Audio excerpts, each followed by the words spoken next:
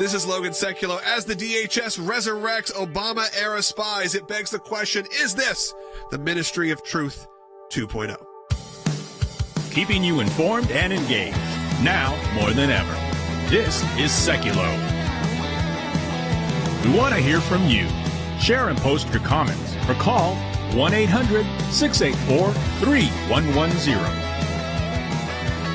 And now your host, Logan Sekulow. Welcome to Sekulow. We're going to be taking your calls throughout this show at 1-800-684-3110. Got a packed show talking with Rick Grinnell, Mike Pompeo, and Will Haynes joining me in the studio right now, executive producer of Sekulow. We're filling in today. Going to have a great time talking about, well, a new move that's come out of the Department of Homeland Security. We're going to break this down with a former DNI himself, Rick Grinnell, coming up in the next segment, because it seems like it's pretty clear some Obama-era friends, some old names you haven't heard in a little while, are coming back up, and they're coming back up to start what they are calling, what was it, an intelligence group? Yeah, it's the Homeland Intelligence Experts Group, which doesn't sound nefarious at all. No, and of course, this is going to be led by some of our old friends. As I'm pulling it up here, I think I got my papers here a little bit. You got them, who they are. The former National Intelligence Director, James Clapper, and former CIA Director, John Brennan. These two individuals, we've had a long history of talking about because it's like a blast from the past when you hear about this. But they were instrumental in propagating such hoaxes on the American people like Russiagate. Classics. They were signatories to the letter that said, "Don't look at that Hunter Biden laptop. Nothing to see there. That is absolutely Russian disinformation." So they love to interfere in elections here domestically, probably abroad as well, because they were former CIA and former DNI under Obama, and we know his history with that as well. But all of a sudden, in 2023, as the primary season is in full swing, as we look just a few months away from the first primaries and caucuses, they're deciding now's the time to have this Homeland Intelligence Experts Group. So we're going to ask Rick, is the timing of this suspect as well? And is anyone really asking Homeland Security to do something like create new boards? Because the Disinformation Governance Board was such a success at we all know how that stifling the free speech of Americans. Do people really need this? Instead, maybe you should look to the border, which is back at all-time highs and things of that nature. But no, we've seen that. We've seen some of this. the really extreme stuff that's come out of the fentanyl crisis, some really horrifying stuff with children that came out last few days. We can talk more about that a little bit later, because it does feel like our priorities are out of whack here. Instead of spying on Americans, maybe we should be handling the actual crises that are killing people, killing children, disrupting families. But no, we're focused on what seems to be almost silly behavior that is maybe just to disrupt, as Will said, an election year, instead of focusing on issues that we can all actually get behind. We'll talk about that. I'd love to hear from you. What issues would you actually prefer? Not even our presidential hopefuls, but what about the president? What about the administration currently right now? What are you seeing right now that you go, man, I don't support this president. I may not like President Biden, but I wish, we obviously always hope for a good country here. We always hope for a president to succeed, even if we don't like them. I wish he would focus on this. This is something that we can all get behind. I'd love to hear from you what that is. For me, it is. It's the fentanyl crisis, for sure. That's like the number one on my list. That should be what we're talking about right now.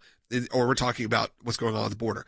Those are the issues that really are affecting Americans daily and are killing Americans in mass. But it's not. It's not what we're focused on. Give us a call, 1-800-684-3110. That's 1-800-684-3110. As Will said, later on in the show, we'll be joined by Mike Pompeo. But coming up in the next segment, we have Rick Grinnell. We're going to dive deep on this new plan from Secretary of Homeland Security, Mayorkas, about this new Homeland Intelligence Experts Group, which, again, just reeks of the past, if you will. We'll be getting to that coming up and break that down with someone who probably you probably couldn't find a better expert to discuss this than with Rick. So stay tuned. That's coming up next. I want you also directly, I'm just going to ask you right now, because we're in the middle of our month right now. If you look at it, we are towards the end now of September. I can't even believe that's true. 20 days in, 21 days in. All you need to do right now is support the work of the ACLJ. We'd really appreciate it. Just go to aclj.org, make your donation today. Just a direct ask. This is a really crucial time with all the cases that are coming up. We need your support. Be right back.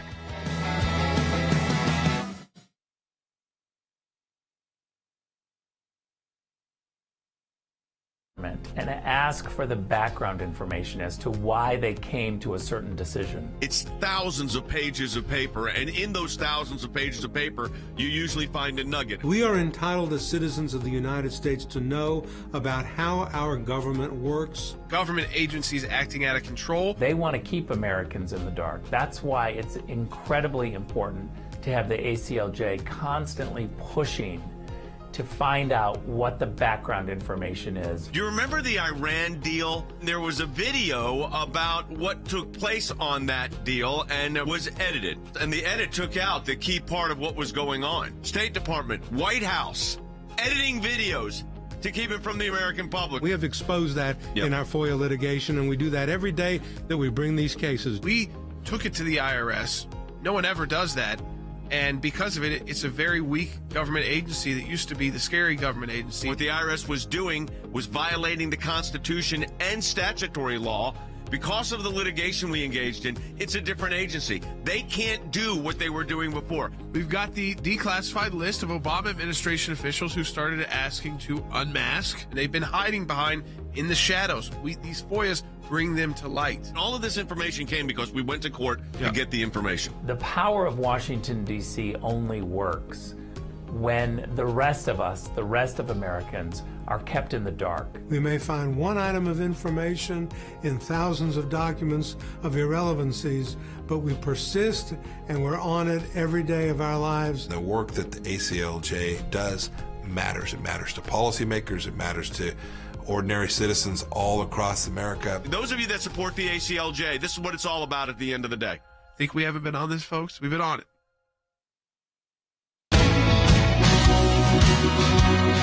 Welcome back to Sekulow. We are joined by Senior Advisor for National Security and Foreign Policy, Rick Grinnell. I did want to address, because I think they can hear us, if you're watching right now on Rumble, we're having some issues with our video feed right now, but we are working on it currently. I know there's a couple thousand of you watching right now on Rumble, so stay tuned. We're doing our best to fix it. If not, we are broadcasting live on other platforms. I hate to ask you to leave. Rumble is our preferred platform as they are dedicated to free speech. But sometimes there are technical issues that you can't help but fix, or can't help but happen, and you have to try to fix them. So we'll do our best to do that. Again, we're joined by Rick Grinnell. Rick, our topic today, we are really talking about this morning. When you thought Secretary Mayorkas couldn't make any worse decisions, we get the news that the recently announced Homeland Intelligence Experts Group, which doesn't sound scary at all, will include obviously former CIA Director John Brennan, former National Intelligence Directors James Clapper, a lot of the classics here. How concerned are you about this new move coming from the DHS? Look, I don't think that these individuals should be added to any boards. I think their clearances should be taken away. Let's remember they interfered in the 2020 election. They manipulated the election by pretending like there was a false, fake Russian laptop that was duping people into looking at information that somehow said that the Bidens were getting money and that Hunter Biden was a drug addict.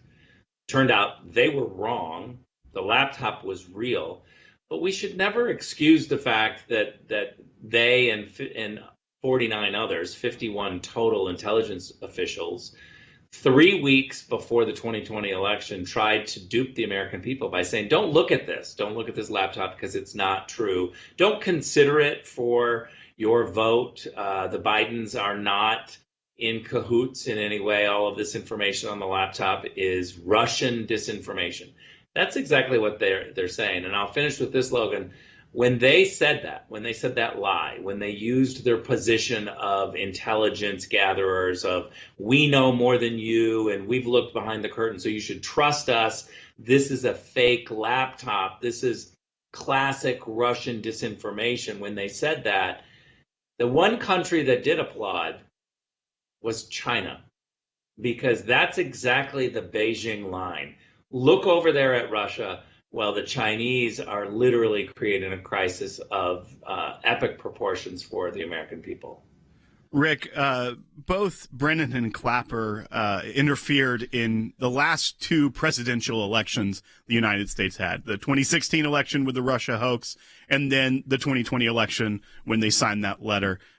Does the timing of this appointment in this panel seem suspect to you at all? That Mayorkas and the Department of Homeland Security all of a sudden needs this Homeland Intelligence Experts Group with these members right in the middle of the primary? Yeah, I mean, look, this was an admittance from Mayorkas that he's hanging on by a thread. The politics of this means that he was very nervous about getting indicted, and so what he has to do is surround himself with a whole bunch of partisan Democrats so that when Republicans come after him, he can say, look, they're just coming at me because of politics. So it's a classic move in Washington. Unfortunately, Will, what really makes me angry is that the fourth estate, the media that we're supposed to trust, they're totally in the bag for these propagandists. They want the ruling party to win. And so the media are not going to push back. And what that means is that other cabinet officials, other Democrats are going to up the ante. Next time they're in trouble, they're going to do the same thing. It's going to get worse because there's no pushback from the media. Yeah, I want to read this. This is from Secretary Mayorkas. This is a statement he made. He said, the security of the American people depends on our capacity to collect, generate, and disseminate actionable intelligence to our federal, state, local, territorial, tribal, campus, and private sector partners. And I have a question for you, Rick. Is like, what does that tell you about the goal of this panel, especially when you start hearing words like campus and private sector partners? That's pretty, that's kind of a little bit alarming. Yeah, very alarming. I hate the private sector partners for the intelligence community. First of all, if you do have partnerships, you shouldn't talk about it. That's the first. And second of all, we should all be suspect of partnerships with the intel community because it's gotten out of hand. We used to traditionally be able to have partners that stuck to just the goals of providing actionable intelligence. But now we have this whole partisan, brand from Fortune 500 companies. And then you add in their campuses, universities, very, very troubling. Yeah, I don't really love hearing those words, Will, thrown in there when you hear, I mean, obviously, right. It's almost up for interpretation, but if we can interpret it the way we think it means, that's not good. Well, and we know the moves that they made just months ago with the Disinformation Governance Board, where they were trying to get involved with the speech of Americans. And now you have former spy chiefs that Department of Homeland Security is putting on this intelligence experts group. It begs the question, do you think this will be used as an excuse to further spy on Americans? We know that they do spy on Americans. We have FOIA requests out about that, trying to get to the bottom of that. But, Rick, do you think that this is cover for more bad action by this department? Yeah, it's totally cover for them, and they're using the reputation of former spy officials, former intelligence officials, and that's what's sad to me. I mean, look, this is all a swampy Washington, D.C. Strategy. I, as a former acting director of national intelligence, came to the Tennessee-based ACLJ. One of the reasons I love the ACLJ is that not only do we do good work, but we're not located in the swamp. We don't have people who live, breathe, have their kids go to school and go to church with, all of the bureaucrats who depend on a big Washington, D.C. with a big budget. One of the things that I keep saying is we've got to stop asking those people who live in Washington, D.C.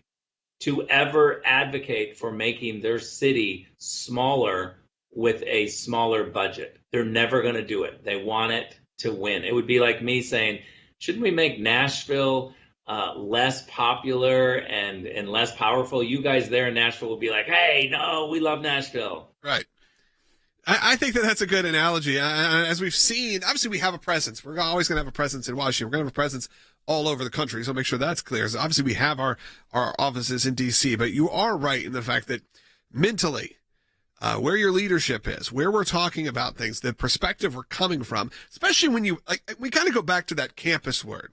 You know what? One of the biggest things that's scary, I think, for the Democrats coming up and the more liberal left, the more hardcore liberal left, is that from what I've seen in my personal life and my friends who have kids that are high school age, coming out of high school now, is they are not the generation of what just came up.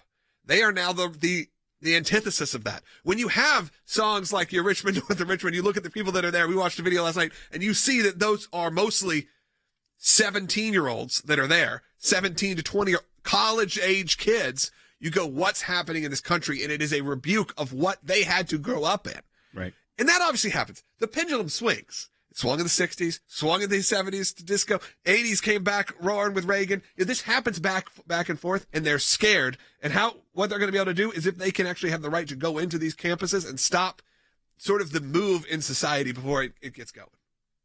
I think that's... Well, and I think, to your point, the intelligence they would gather from campuses isn't... although we know that China is very active on U.S. college campuses, they seem to overlook that. But I feel like they would be more concerned about conservatives, economic policy that is more conservative, things like that are coming out of the campus instead of the threat of China that's been there forever. Right, Rick? I mean, look, we all know this. Everybody knows college-age kids or parents of college-age kids.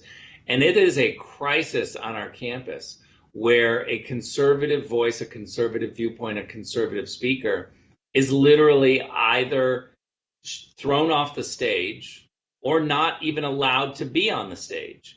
And when I went to school, it was supposed to be a time where you listen to all sorts of different points of view, and that the university experience was broad, welcoming of a whole bunch of different ideas, and you explored the different ideas. Nowadays, if you're not woke, you're literally not allowed to speak on campus. It's outrageous, and the university should be held to account here. Rick, I'm going to ask you a question that I asked our listeners, and I've gotten tons of calls, which is, you have these kind of topics in really about a minute.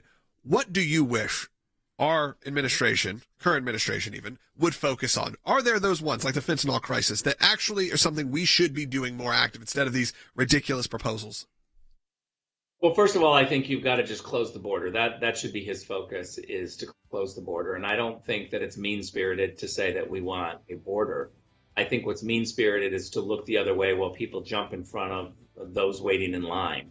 I think it's really mean-spirited to pretend like people are going to be able to come here and get a job when they're going to struggle because they're breaking the laws. I want this administration to stop having sanctuary cities and sanctuary states, which is a nice name for, you're welcome to come here and break the law, and we're going to look the other way. Yeah, absolutely. Thank you, Rick. We appreciate it always. Support the work of the ACLJ. Go to aclj.org.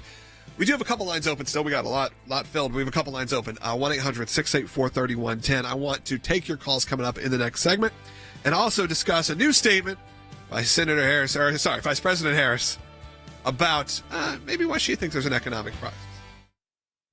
This is something that young leaders have actually told me that they've coined as a term, climate anxiety, which is their fear about the future, right? And so whether they should have children, whether they should ever think about buying a home for fear that it might be wiped out because of extreme weather occurrences. And it pains me that they would live with such uncertainty about what their future can be. She's claiming that young people have climate anxiety, and that's causing them to rethink their future. There is something happening in our colleges where they're indoctrinating these kids to be like, you can't have another kid because that one kid is going to destroy the environment. I completely disagree with that because it's complete lunacy. A lot of them are feeling like, even though I thought I would have kids, now with climate change, it doesn't make sense anymore. I thought it made sense for me to save for the future and make sure I get my education so that I can get a good job. And does that even make sense? Because people voted, we have been able to put in place over $1 trillion in investment in our country around things like climate resilience and adaptation, around focusing on issues like environmental justice. It's only created by the White House, I think, this pressure on these young people. But from a day-to-day basis, I think there's more pressing issues impacting my generation. It doesn't have anything to do with the Biden administration's policies that sent mortgage rates to 7%. The reason that they're not buying homes, it's more that climate anxiety. There is so much wrong with that, both the statement and the underlying premise behind it. In response to the growing trend of eco-anxiety, clinicians and psychologists are ushering in new techniques to help their clients deal with this issue. We're gonna make it through, y'all. One more breath.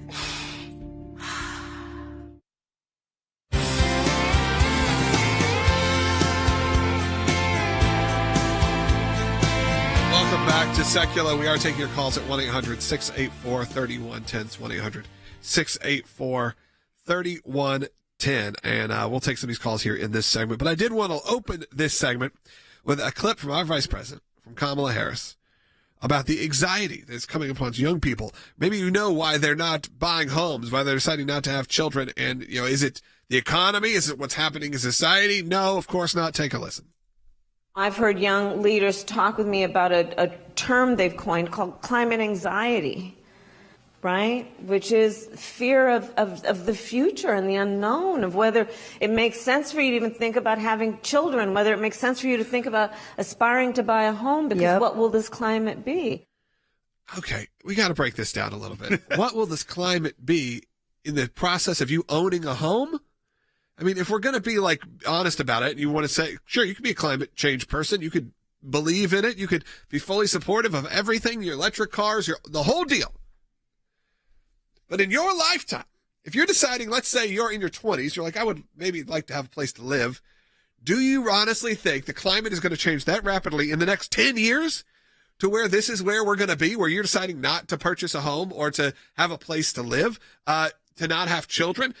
Even the people who are the most, probably aggressive climate activists are saying this, the actual crisis, which I'm not saying that if you're for it, we shouldn't be trying to stop, is well beyond our lifetime.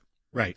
Well beyond our lifetime, well beyond likely our children's lifetime. We're talking about hundreds of years from now, or not more.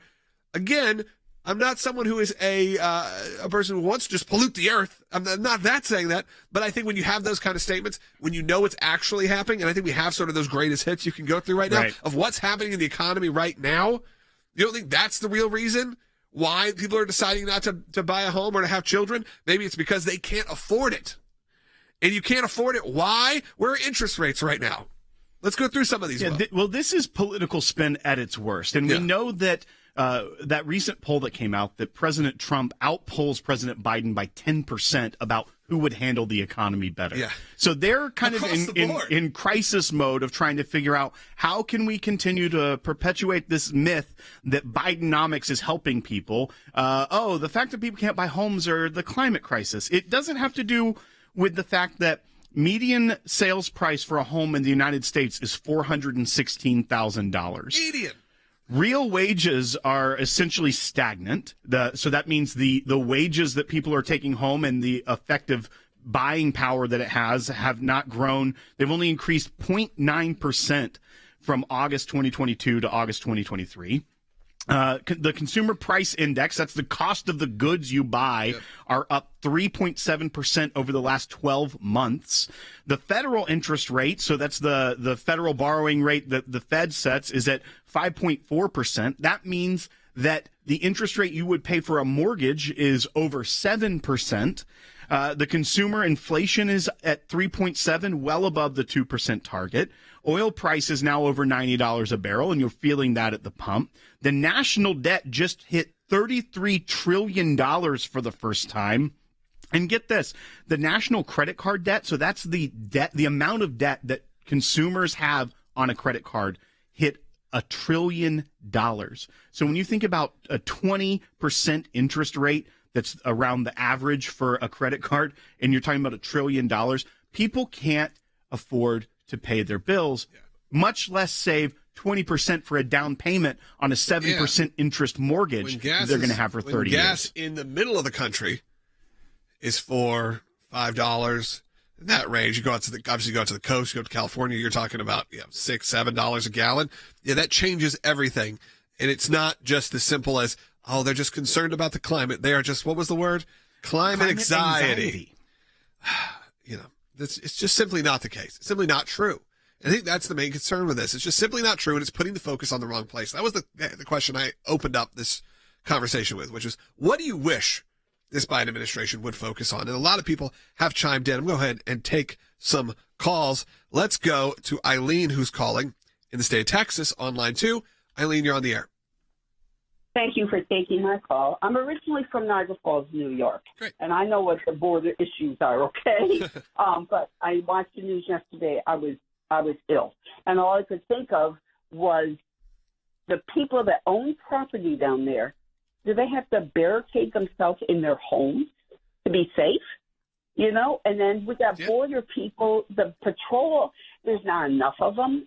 And the one thing that's going to change, I'll preach to you here, but it's this country, people need to get back to the Bible. They need to get on their face. They need to start speaking some scriptures and get the right person also in office.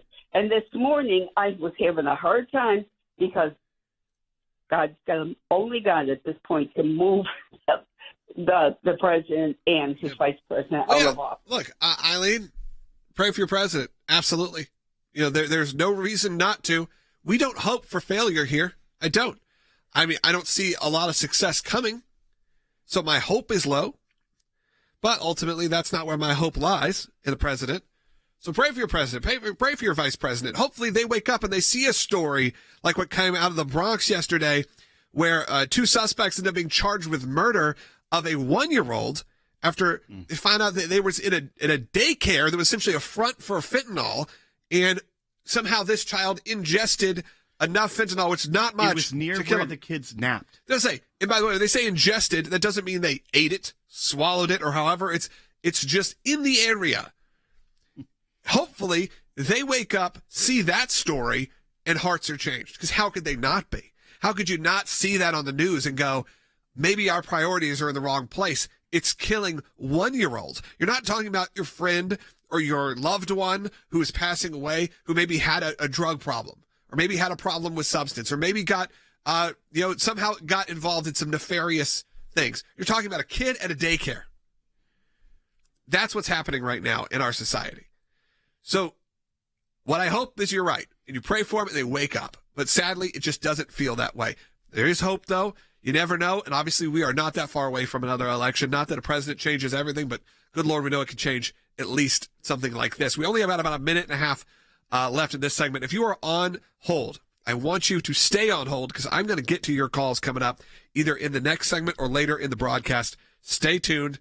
1-800-684-3110. So Cassandra, Jerry, Tim, Susan, stay on hold. I'm going to get to as many of you as I can throughout the broadcast. Later on this second half hour, we got Mike Pompeo joining us. That's going to be a great show. So make sure you stay tuned for him. We're going to talk a little bit about what's happening in the Middle East and his new movie that's currently out. Today is the last day for Route 60. You can go see that. And also, last but not least, I need your help right now to support the work of the ACLJ. There are specific moments in time where it is important to just straight up ask. And this is one of those moments. Usually there are drives, there are matching challenges. There's all these things we've done throughout the years. But right now, listen, we are in the middle of some of the biggest court cases we have ever done. And not only the courts, but you know what I do is I run the media here. And we have to have a full court press on the media. Whether that's through mainstream media, whether that's through platforms like Rumble or YouTube, whether that's through the amazing media operation that we have here that's continued to grow. And we can't do that without your support. All of it is because of you. ACLJ.org. And we don't put our content like this important content like this broadcast. It's not behind a paywall. You have to do that to be part of this broadcast. It's free because we want you to share it and tell people about it. Because people's hearts and minds cannot be changed with content exclusively behind paywalls. That's not what we do here at the ACLJ. Go to ACLJ.org, support the work of the ACLJ right now. We'll be right back taking your more phone calls, 1-800-684-3110, and Mike Pompeo. Second half hour coming up right now. The ACLJ has a 30-plus year history of fighting on behalf of you, our members, in support of life, abortion's murder, religious liberty. A Turkish court has freed American pastor Andrew Brunson. Justice, personal freedom, and constitutional government. Our freedoms are under attack. Now, more than ever. We are not going back. Abortion is out there. Yet another week of violence. They use their power and influence to push deeply un-American causes that threaten to destroy our country. Abortion on demand, socialism, inflation, cancel culture, weakness in the face of our adversaries. We owe it to our kids and grandkids to defend the things that make this country great. It's time to take the gloves off and uphold American values. Go to acljaction.org to learn more.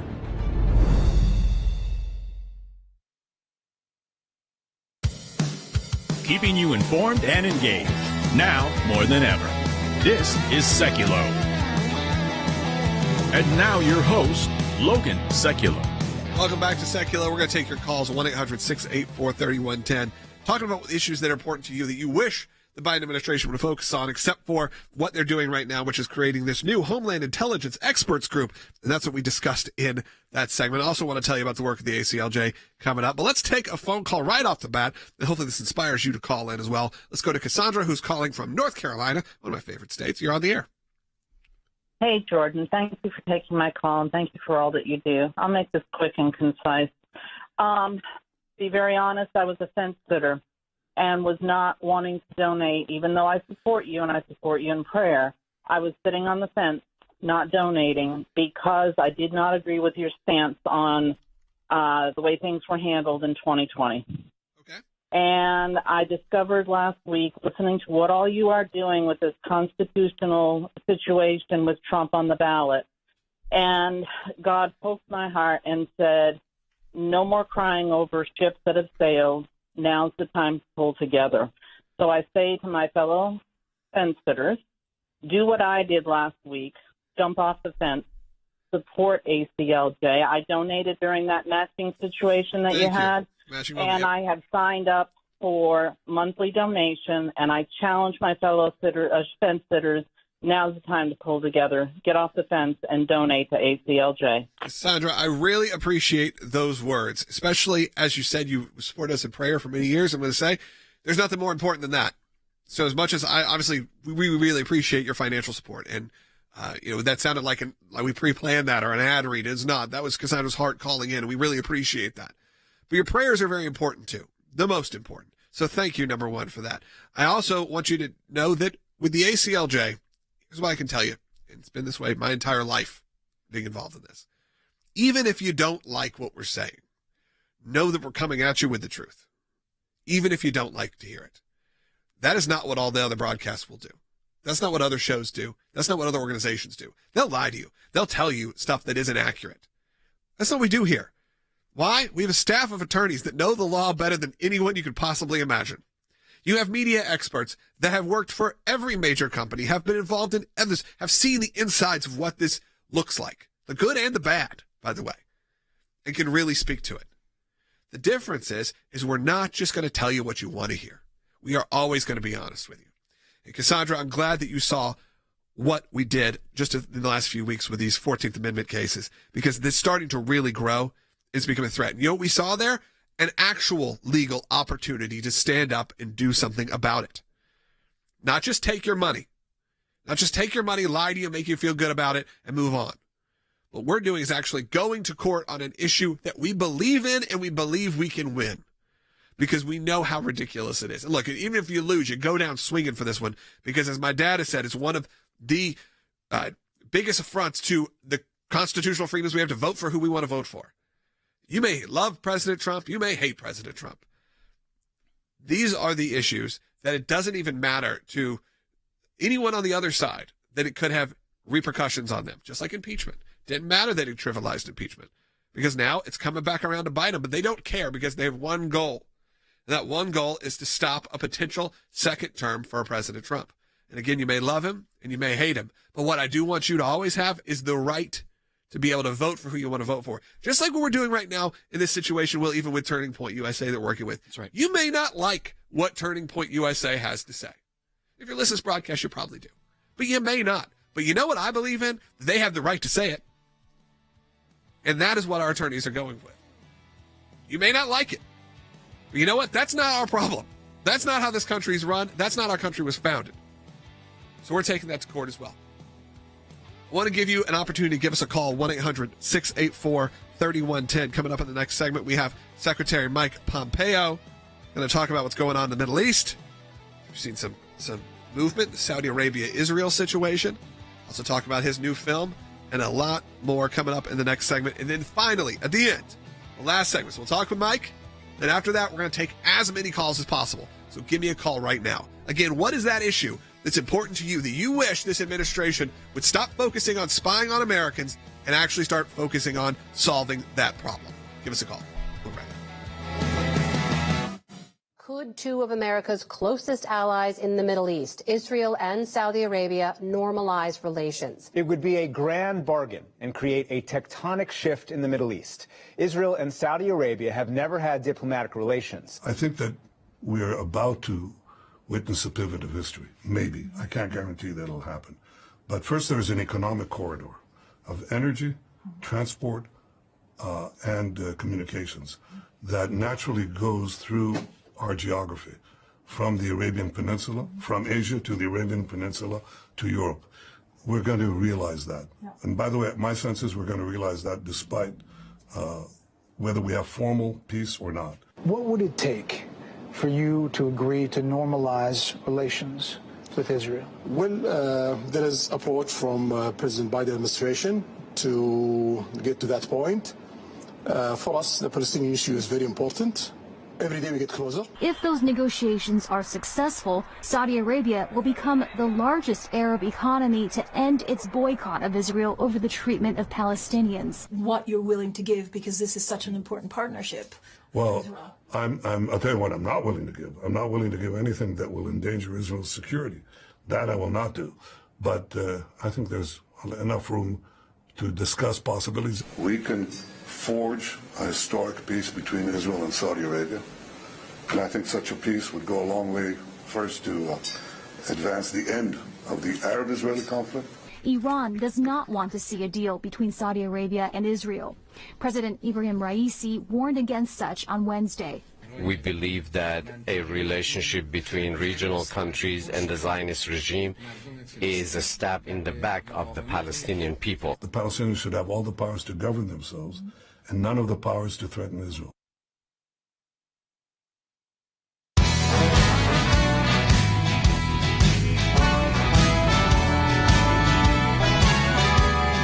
Welcome back to Sekulow. We're joined by Secretary Mike Pompeo, as always, an incredible voice to have here on the ACLJ team and on the Sekulow broadcast. So we appreciate you joining us. We're going to jump right into it. One, we're going to end this segment talking a little about your movie, because I know today is it. And look, I'm someone who tracks the box office because that's something I like to do.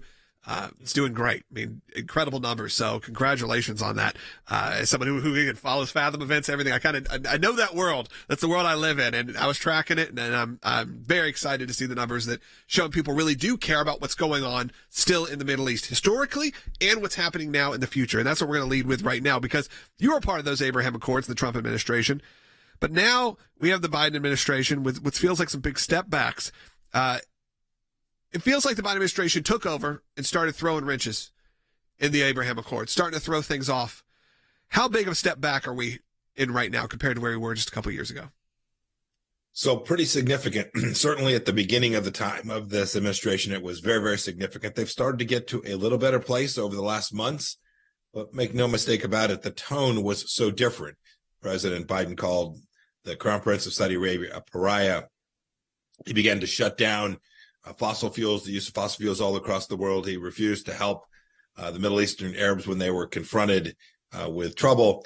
He cozied up to the Iranians by sending a special envoy to go back to the old model of the JCPOA and try and give the Iranians room to build out their nuclear enrichment program and ultimately a weapon. Those are things that send red flashing lights to our friends in Israel, our friends in the Gulf Arab states. And as a result of that, they began to hedge. They began to make closer relationships with China. Some of them recognized Iran. That is an enormous step backwards. Most importantly, a step backwards for America, an America that needs to take down conflict and increase prosperity in that region, so the risk that we ever have to go and fight there again is diminished. Yeah, and they're in the middle of these negotiations. What's really the biggest challenge, do you think, in those right now for Americans? Not for Americans, for them. Sorry.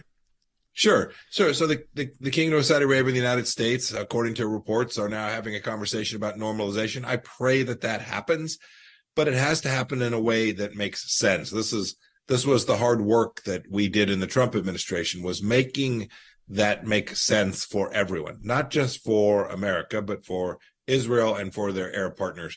I think it can happen here too.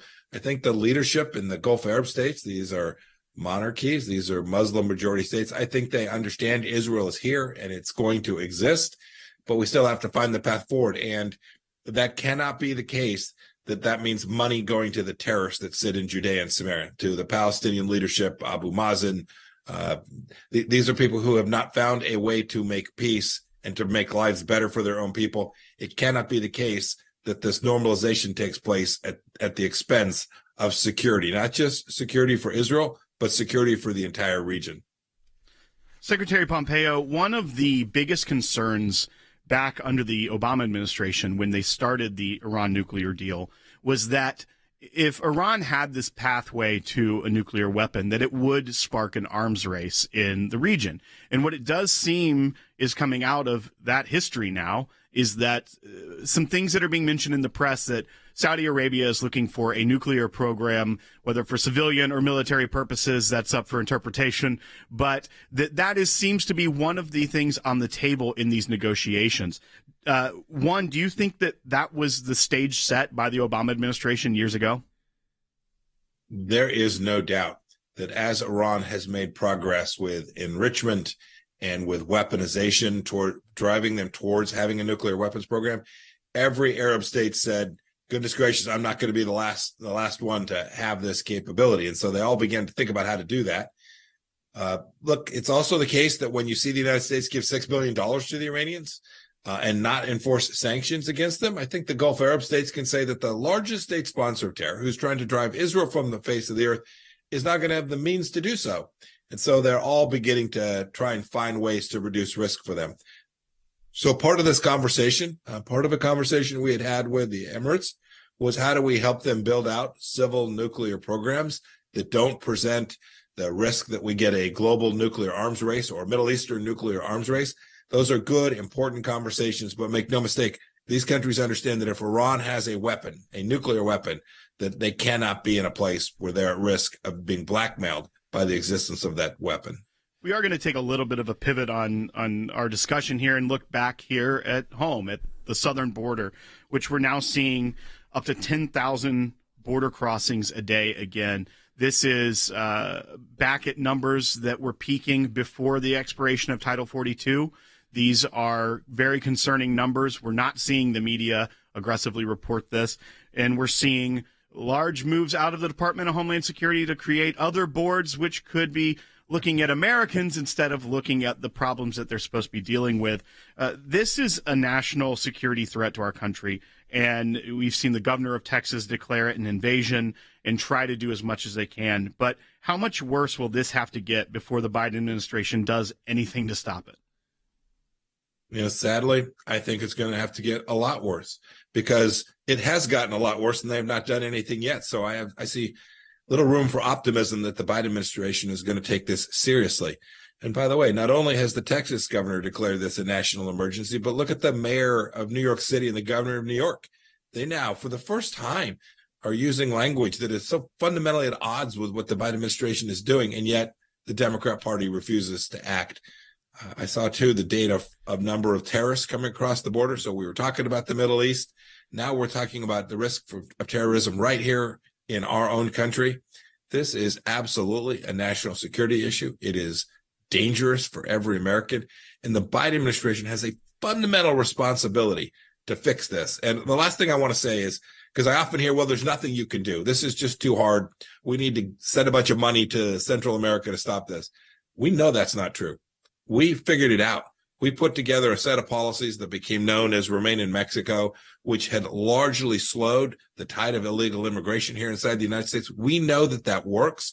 Build the wall, put those policies back in place, and we will have secured our southern border in a way that will keep, everyone's children and grandchildren safe for decades. Thank you so much, Secretary Pompeo. Before you go, though, I did want to spend a minute here to talk about this. Is the last day you could watch your film in theaters theatrically.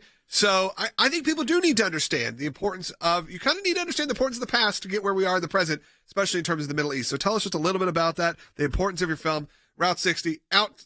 Go see it tonight. Go see it tonight. I hope you'll take your family. I hope you'll take your Bible study group. I hope synagogues will decide they want to go see this. Ambassador Freeman and I made this movie to tell the true history of Judea and Samaria. We walked the Bible Belt Road, what's now called Route 60. and got to see amazing places inside of Israel that people don't often get a chance to see. And we literally told stories from the Old and New Testament that I think everyone will learn from. It's beautifully filmed. And I think people will not only take away some new history and some new facts, but a shared love of our Judeo-Christian heritage in a way that really matters to America. All right, go see that tonight. You can do that at Route60.movie if you want to know more information about that. Thank you, Secretary Pompeo. I did want to also talk to you all. If you're watching right now, I want to take as many calls as I can in this next segment. So if you have a question or comment, this is the time to do it. 1-800-684-3110. I'm going to say it slower. 1-800-684-3110. Call me now. I got 3 lines open. Okay, it's a great time. We got 3 lines full, 3 lines open. Get in line. Let's take these calls. I want to know what's important to you. We're also going to kind of recap some of our other topics, as well as talk, Will, a bit about some First Amendment rights issues that are happening on college campuses. Right, and this all ties together, right, from what we started the show with, where there is the new intelligence board out of the Homeland Intelligence Experts Group out of Department of Homeland Security. Because if you get the ACLJ emails, there's one out today that is about the case we have with Turning Point USA, where we are representing Charlie Kirk and Turning Point USA and able to push back against what the Department of Homeland Security did under this administration. They were using a federal program, over $40 million, this federal program, to try to silence conservative voices. They were using this as a way to educate people about growing domestic threats, and they were using Turning Point USA and other organizations as a basis for radicalization, is what they were saying. And so these are the same people. These are the same bad actors at Department of Homeland Security that's now creating this new board. It doesn't give you hope that they're getting any better. That's why we have to fight back, and we need everyone to join us. Without you, we can't fight for the issues that matter most to you. We're directly engaged in this major case against the Biden administration who are trying to silence all these conservative voices, not just us, obviously, but you are hearing from people like Turning Point USA and Charlie Kirk who are representing. And if they can silence them, they're going to silence you. The Biden administration already tried to silence conservatives and pro-lifers on social media. We've still seen that, but we've helped beat him and beat them back at every stop we can. And we can't do it, though, without you. Again, your financial support goes to pay for all of this to happen. Can't do it for free. So we need your support. We're fighting to stop them, but we can't do it without you. Please go to aclj.org and make your donation today. Again, aclj.org. Join us in the fight for this really important time in America's history. Phone lines are jammed right now. Hey, one just opened up. This is your opportunity. 1-800-684-3110. We'll be right back taking your calls on Sekulow.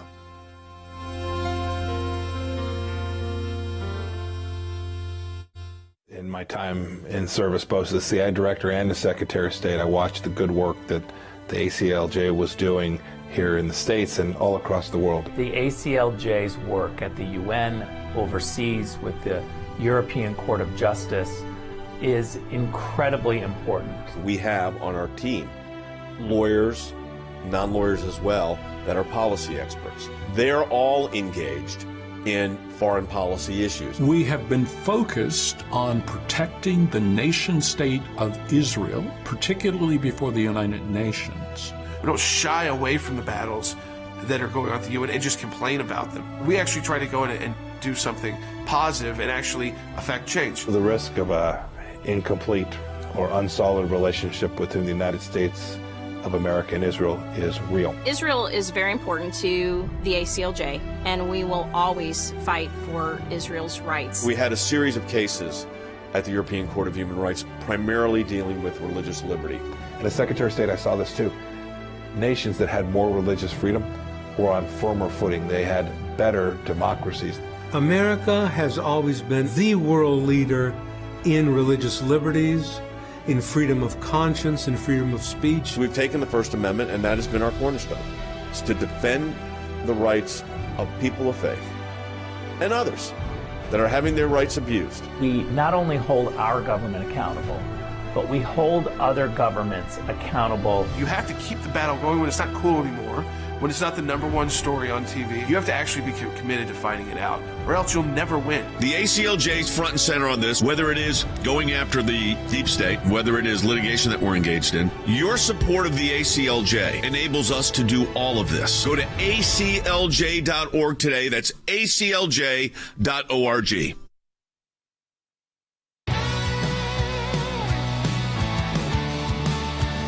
Welcome back to Sekulow. We're going to take your calls right off the top here. 1-800-684-3110. That's 1-800-684-3110. Then we'll talk about another topic that's recently come up. But let's jump at it. Tim's been calling in California, and he's been on hold for about 30 minutes. So I really appreciate you, Tim, holding on. You're on the air. Thank you for taking my call. Instead of doing this intelligence so-called board to shut down conservatism, shut down the border. The Biden administration, you folks don't realize this. Right now, there are thousands and thousands of people from Venezuela inundating New York. We have to stop this. It's past time for the Biden administration to deal the correct way. Yeah, Tim, I think that is a common thread that we're seeing in some of our calls, which is the border seems to be the issue. And it's not really about the border. I mean, it is obviously all is encapsulated by the border. But it's what having this open border right now is meaning to our country, which is things like the fentanyl crisis, which are issues that are being felt throughout families worldwide. It's the crime that's coming through. It's not about people who are looking for a better life. I understand people want to come to America. It's the greatest country in the world. Why wouldn't you want to come to the United States of America? But it is trying to figure out a better way to make it happen. That's right. Well, and to Tim's point, what he brought up is that officials have announced a new move within the Department of Homeland Security to redesignate Venezuela for temporary protected status, which would allow migrants to apply for deportation protections and work permits if they have arrived before a certain date. So it also goes to the fact of what Secretary Pompeo brought up, that Mayor Eric Adams in New York said this migrant crisis could end New York City. These very apocalyptic terms coming out liberals. of a Democrat mayor of New York City that are kind of shocking to hear, but they shouldn't be, because we've been saying it for years. We've been saying it ever since day one of the Biden administration, when they said we are going to roll back all of these protections of the border that the Trump administration put in, because it was put in place by President Trump. If it were put in by anyone else, if Mayor Eric Adams had been a part of the cabinet and been able to put these protections in place, I don't think that they would have cared as much because it was coming from a Democrat. But because it came from Republicans, from conservatives, from President Trump, it was the worst evil that you could ever imagine. And so they roll it back, and you see the consequences. It isn't just a border problem. Right. This is a national security. This affects every American. It affects children all the way through adults. It is one of the greatest threats that we are facing right now. Yep, absolutely. Let's continue on with some calls. And look, there are some lines open now. Plenty of lines open. If you want to call in, it's the time to do it. 1-800-684-3110.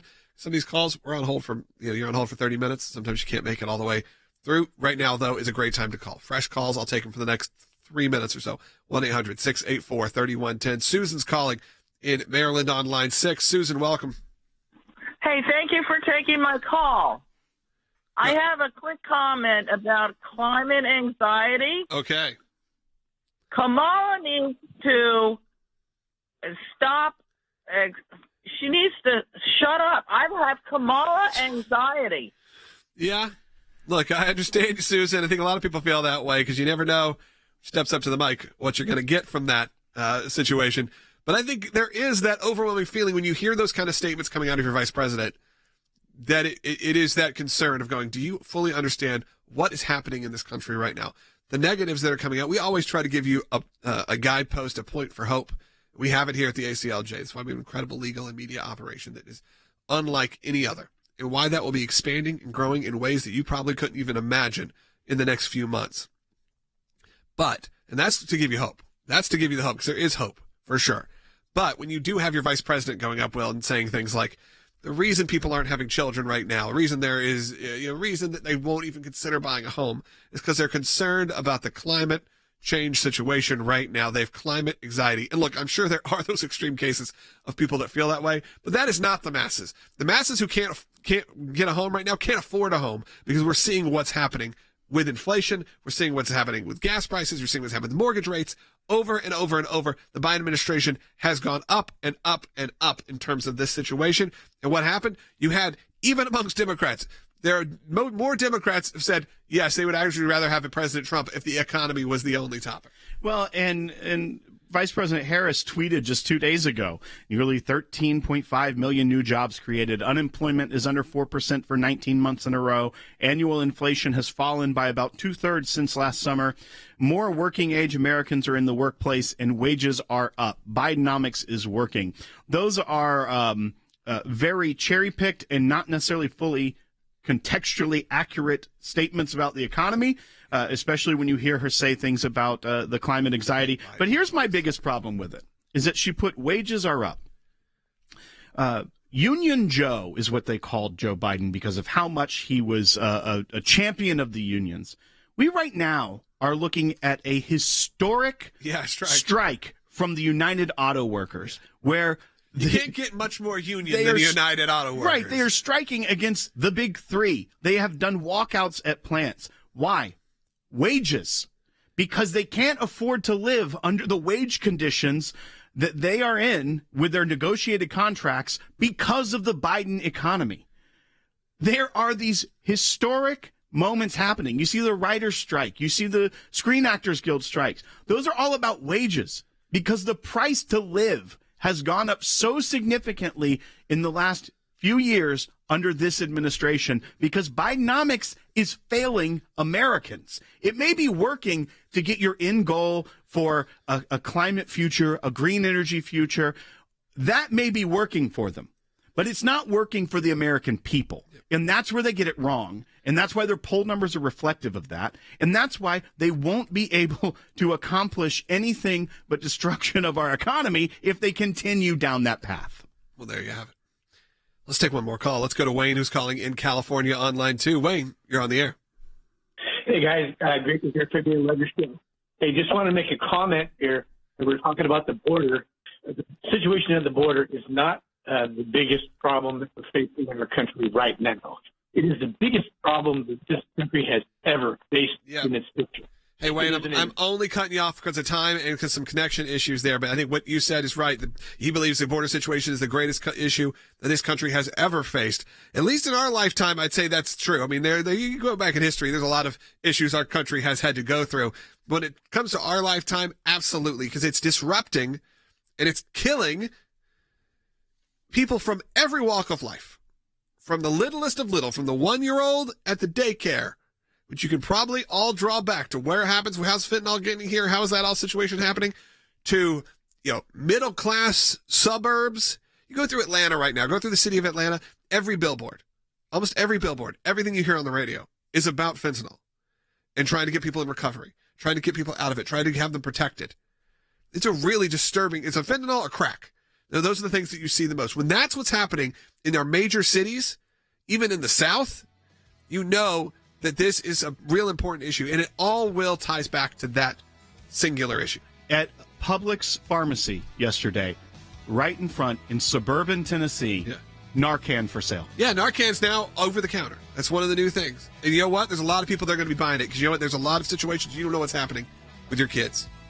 You don't know what's happening with your grandkids. You don't know what situation they're going to get themselves into, and you know what? You maybe need it. And it's real sad. That's the saddest thing I could even really imagine. But it is where we're at right now in society. So, again, there's hope that this can all be turned around. And you can do that, obviously making better decisions at the ballot box. And obviously by supporting people in groups like the ACLJ. So I encourage you to do that. Go to aclj.org. Thank you all for chiming in today. I appreciate all the calls. I love hearing from you guys. We'll be back tomorrow with more on Sekulow. Again, aclj.org. Talk to you tomorrow.